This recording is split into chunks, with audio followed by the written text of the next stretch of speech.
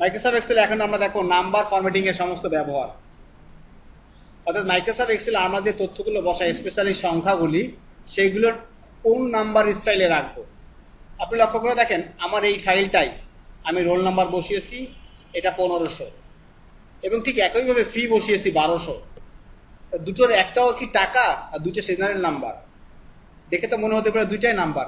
আপনি হয়তো হেডিংয়ে ফি লিখেছেন, তাই মনে হচ্ছে এটা ফি, কিন্তু টাকাকে চেনার জন্য যে টাকার চিহ্নগুলো লাগে তা কিন্তু এখানে নাই।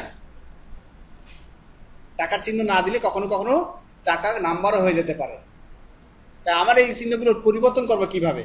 একবারে অনেকগুলো যদি করে ফেলেন, অথবা যেই ঘরগুলো আপনি নাম্বার ফরম্যাট চেঞ্জ করবেন সেই ঘরগুলো ব্লক করে হোম মেনু, এই দেখেন লেখা আছে নাম্বার, এই নাম্বার গ্রুপে যাবেন, অথবা নাম্বার রিবনও বলে। এই নাম্বার গ্রুপ থেকে এই দেখেন জেনারেল বলে একটা কথা আছে, লক্ষ্য করে দেখেন এখানে জেনারেল আন্ডারে রয়েছে নাম্বার, দেখেন দুটো করে শূন্য চলে এসেছে।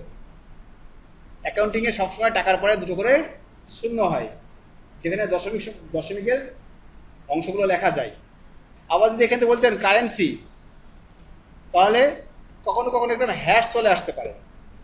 হ্যাশ আসার একটাই কারণ, কোনো ঘর যদি ছোট থাকে, অর্থাৎ সেল ছোট কিন্তু সংখ্যা বড়, এর অর্থ ওই ঘরগুলোতে হ্যাশ চলে আসবে।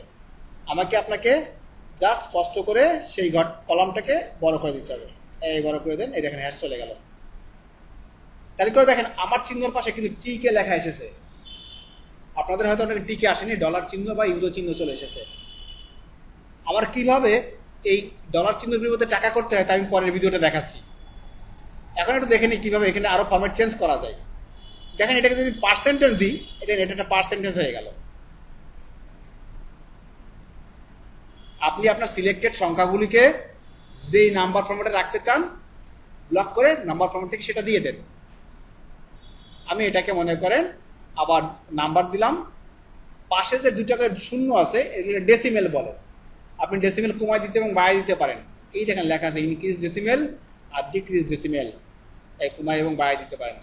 কিন্তু সেই ক্ষেত্রে কিন্তু আবার সেটা স্বাভাবিক হয়ে গেল, তাই আমি এটাকে কারেন্সি আকারে রাখলাম এবং ডিক্রিজ ডেসিমেল করলাম, এই রাখলাম।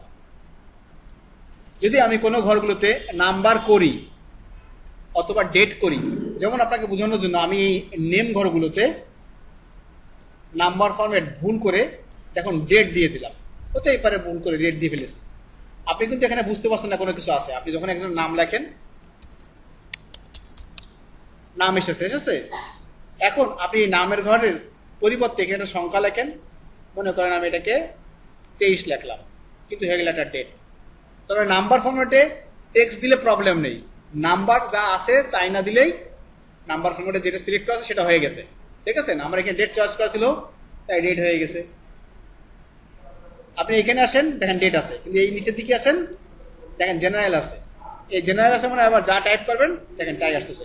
মাইক্রোসফট এক্সেলের কোনো সেলে টাইপ করলে যা টাইপ করেছেন যদি তা না পান, তাহলে ভাববেন নাম্বার ফরম্যাট চেঞ্জ করা আছে। এই আসলে নাম্বার ফরম্যাটের যাবতীয় বিষয়।